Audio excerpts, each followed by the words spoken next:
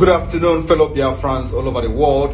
This is the 4th day of August 2023. And my message today goes to Eze Akajiofo Aguleri. And I'm going to speak in Igbo language. Eze Akajiofo Aguleri. Ihe a gị na-eji ọfọ na-apịgharị ga-eri isi gị. Achọrọ m ka m gwa gị ụbọchị nke taa na iburugo aka enwe nọ n'ofe. Iburugo aka enwe nọ n'ofe.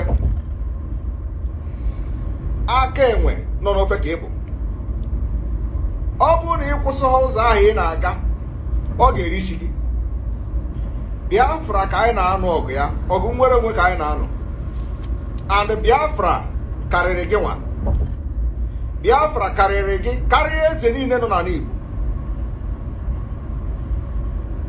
Ọ bụrụ na ị kwụsịrị ihe a eji ọfọ na-akpọ gị na-agagharị a na-atịrị na ego na akaụntụ, ọ ga-eri isi gị.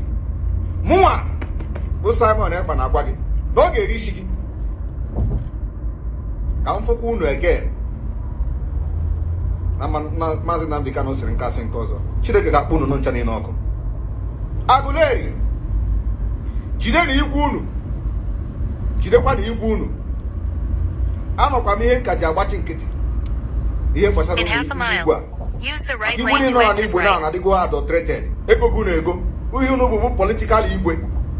This new generation of which Simon Ekpa is part of. Anyị ga-akpụ unu isi. Welu bọtụrụ kpụ unu nchara n'isi one after the other. Ndị niile abụ ndị eze na-eji Abuja. Gbarụkwa na ọgwụ unu ṅụọ. Onye ọbụla na-ekwe m anya n'anya. Ọ bụrụ ọzọkwa ihe a na-eme na mbụ ka a na-eme n'ugbu a. Igwe Aguleri, ihe abụ ga-abụ the last warning anyị na-enye gị.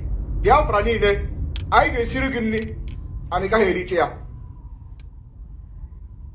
Ebe ahụ ị na-aga, ụzọ adịrị ya. Ejiofor anaghị arapụta gị kịta. Mgbe ọ ga-esu, Ejiofor agaghị anọkwa dị ya. Ihe nche ịgwa gị today bụ wepụ aka enwe n'ofe tupu ọ aka mmadụ. Ndewo. My people, you know, as I got all money, or money, I got okay, we see no here. The people where they talk. Exit right to US 1 and 9 North, State Route 495, Jersey City, Lincoln Tunnel. You are looking at here.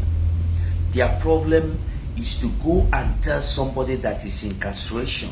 In 700 feet, Somebody use either lane to keep left to US 1 and 9 incarceration. North towards Secaucus, Lincoln Tunnel. Somebody Then continue straight. inside is solitary confinement.